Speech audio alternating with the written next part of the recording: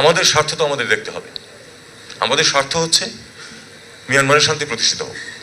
শান্তি প্রতিষ্ঠিত হলে আমাদের স্বার্থ দুটো, এক হলো যে শান্তি, আজকে কালকে তো আমি রোহিঙ্গার প্রত্যাবাসন নিয়ে কথাও বলতে পারছি না, কার সাথে কথা বলবো, এটা নিয়েও তো সমস্যা আছে।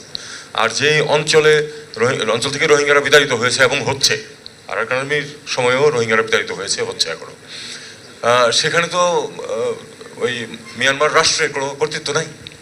কাজেই আমি আশা করছি না যে আগামী 2 মাস 6 মাসের মধ্যে আমি কাউকে ফেরত পাঠাতে পারবো, কিন্তু শান্তি প্রতিষ্ঠিত হলে তাদেরকে অবশ্যই ফেরতের ব্যবস্থা করতে হবে, না হলে কিন্তু তোমাদের শান্তিও থাকবে না, এটা আমি তাদেরকে স্পষ্ট করে বলেছি।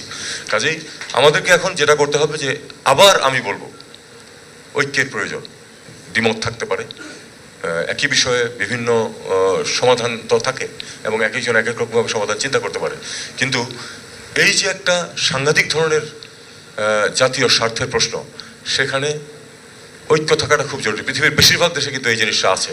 বাইপার্টিজান বা যেসব দেশে দুটো মেজর পার্টি, বাইপার্টিজান আলোচনার ভিত্তিতে কিন্তু অনেক কিছু নির্ধারিত হয়। আমরা এটা আনফর্চুনেটলি গত 50 বছরে 52 বছরে কখনো দেখিনি।